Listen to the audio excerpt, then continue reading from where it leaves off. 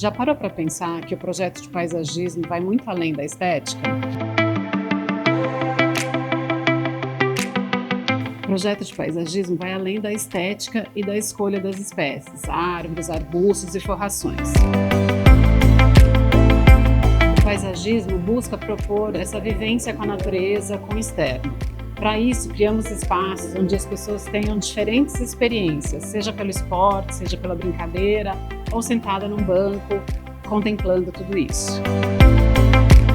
O projeto de paisagismo traz inúmeros benefícios que vão além da estética e do bem-estar. Procuramos sempre nos empreendimentos ter ruas arborizadas, com diferentes épocas de floração, espécies nativas e exóticas que trazem as aves e fauna para o convívio. E com isso conseguimos aproximar mais a natureza ao morador. Para a FTA, o paisagismo é essencial. Mais do que construir, buscamos criar experiências.